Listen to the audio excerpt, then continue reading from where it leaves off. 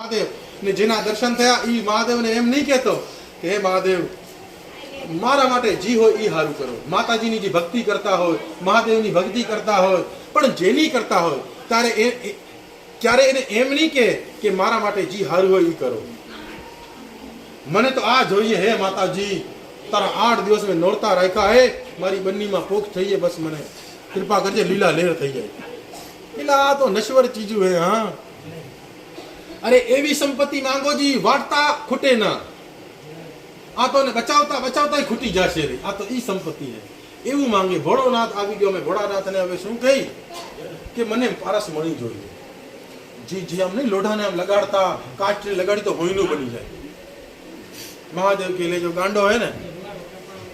હા, જી માંગવું હોય પણ એ નહીં માંગતો. હા, ત્યારે શું કરે છે પ્રિય ભક્તજન, મહાદેવ કે તું જા વૃંદાવનમાં. વૃંદાવન તો ખબર હે ને તમને, ભગવાન શ્રી કૃષ્ણની શું છે લીલા સ્થલી છે. જ્યાં ભગવાન શ્રી કૃષ્ણએ ગોવર્ધન પહાડ ઉપાડ્યો અને અન્ય ગિનત લીલાઓ કરી. હા, ઈ કે વૃંદાવનમાં તું જા. સનાતન ગોસ્વામી નામનો શું હોય છે, એક વ્યક્તિ બેહેલો હોય છે ભગત ભગવાનનો, એના પાસે પારસમણી પડી છે. ઈ પર લઈ હવે ગયો, ગોતતો ભોગી ગયો. ત્યારે કે મને મહાદેવે મોકલાયો હોય કે હા, મને મહાદેવે કીધું હતું કે એક માણસ આવશે ને પારસ મણી દઈ મૂકજે. તો આ છે ભગવાનના સાચા ભગત. અહીંયા મહાદેવે એને વરદાન દીધું કે જા તને મળી જશે.